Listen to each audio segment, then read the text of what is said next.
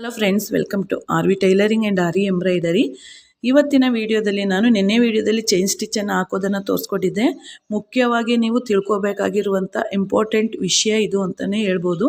ಇದನ್ನು full video skip ಮಾಡ್ದಂತೆ ನೋಡಿ, ಯಾಕೆಂದರೆ ಈ ಒಂದು ವಿಷಯ ನಿಮಗೆ ಗೊತ್ತಿಲ್ಲ ಅಂತಂದರೆ ನೀವು ಆರಿ ವರ್ಕನ್ನೇ ಮಾಡೋದಕ್ಕಾಗೋದಿಲ್ಲ, ಮಾಡಿದರೂ ಪ್ರಯೋಜನ ಇಲ್ಲ. ಅದಕ್ಕೋಸ್ಕರ ಹಾಗಂದರೆ ಏನಂತ ನೀವು ಕೇಳ್ಬೋದು. ಏನಂತಂದರೆ ನಿನ್ನೆ ಚೈನ್ ಸ್ಟಿಚ್ಚನ್ನು ತೋರಿಸ್ಕೊಟ್ಟಿದ್ದೆ. ಆ ಚೈನ್ ಸ್ಟಿಚ್ಚನ್ನೇ ಆಗಲಿ, ನೀವು ಯಾವುದನ್ನೇ ಆಗಲಿ, ಅದು ಲಾಕ್, ಅದು ಫಿಟ್ಟಾಗಿ ಕೂರಬೇಕಂದ್ರೆ ನೀವು ಲಾಕನ್ನು ಕಲಿಬೇಕು. ಅದಕ್ಕೋಸ್ಕರ ಈಗ ಲಾಕನ್ನು ಮಾಡೋದನ್ನು ತೋರಿಸ್ಕೊಡ್ತಿದ್ದೀನಿ ನೋಡಿ. ದಾರನ ನೀಡಲನ್ನು ಹಾಕಬೇಕು. ನಾನು ಆ್ಯಸ್ ಇಟ್ ಈಸ್ 14 ನಂಬರ್ ನೀಡಲನ್ನು ತಗೊಂಡಿದ್ದೀನಿ ನೋಡಿ.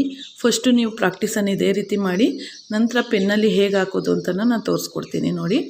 ದಾರನ ಕೊಡಬೇಕು, ರೊಟೇಟ್ ಮಾಡ್ತಾ ನಾವು ಮೇಲ್ಗಡೆ ಎಳ್ಕೋಬೇಕಾಗತ್ತೆ. ಈ ರೀತಿ ಮಾಡೋದ್ರಿಂದ ನಮಗೆ ಆಟೋಮೆಟಿಕ್ಕಾಗಿ ಬೇಗ ನಾವು ನೀವು ಮನ್ಸು ಮಾಡಿ ನಾನು ಹೇಳ್ಕೊಟ್ಟಿರುವಂಥ ಮೆಥಡನ್ನು ಯೂಸ್ ಮಾಡಿದ್ರೆ ಅರ್ಧ ಗಂಟೆಯಲ್ಲಿ ಚೈನ್ ಸ್ಟಿಚ್ ಹಾಕೋದನ್ನು ಕಲಿಬೋದು. ಚೈನ್ ಸ್ಟಿಚ್ ಹಾಕೋದು ಕಲ್ತ್ರಿ ನೀವು ಅಂತಂದರೆ, ಹೆಣ್ಣಾಟೆಲ್ಲ ಹಾಕೋದು ಕಲ್ತ್ರಿ ಅಂದರೆ, ಮೇನ್ ನೀಡಲ್ ಹಿಡಿಯೋದನ್ನು ಕಲ್ತ್ರಿ ಅಂತ ಆದರೆ ನೀವು ವರ್ಕ್ ಮಾಡೋದಕ್ಕೆ ಪರ್ಫೆಕ್ಟ್ ಆಗ್ತಿದ್ದೀರಾ ಅಂತ ಅರ್ಥ. ಹಾಗಾಗಿ ಆದಷ್ಟು ಪ್ರಾಕ್ಟೀಸನ್ನು ನನ್ನ ಜೊತೆಯಲ್ಲಿ ನೀವು ಪ್ರಾಕ್ಟೀಸ್ ಮಾಡಿ. ಹೊಸ ಹೊಸ ವ್ಯೂವರ್ಸ್ ಇರ್ತೀರಾ ಅಂತ ಹೇಳಿ ನಾನು ತೋರಿಸ್ಕೊಡ್ತಿದ್ದೀನಿ.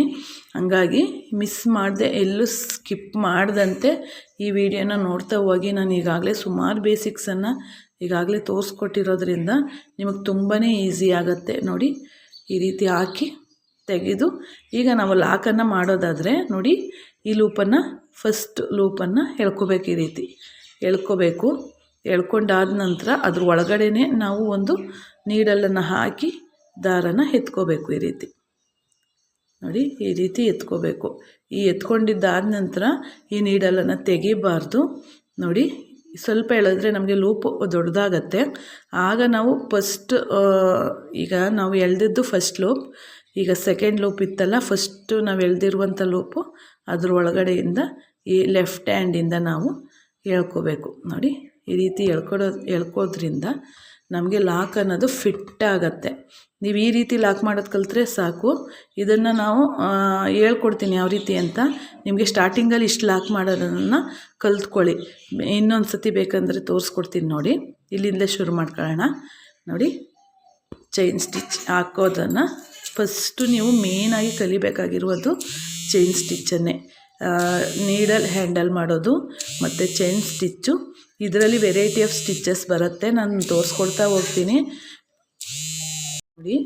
ಈ ರೀತಿ ದೊಡ್ಡದಾಗೆ ನೀವು ಪ್ರಾಕ್ಟೀಸನ್ನು ಮಾಡ್ಕೋಬೇಕಾಗತ್ತೆ ಸ್ಟಾರ್ಟಿಂಗಲ್ಲಿ, ಯಾಕೆಂದರೆ ನಿಮಗೆ ತುಂಬಾ ಈಸಿ ಆಗುತ್ತೆ ಈ ದೊಡ್ಡದಾಗಿ ಮಾಡೋದ್ರಿಂದ. ಈಗ ಚೈನ್ ಆಯ್ತಲ್ವ, ಚೈನ್ ಆದಾಗ ಇನ್ನೊಂದು ಸತಿ ತೋರಿಸ್ತಿದ್ದೀನಿ ನೋಡಿ.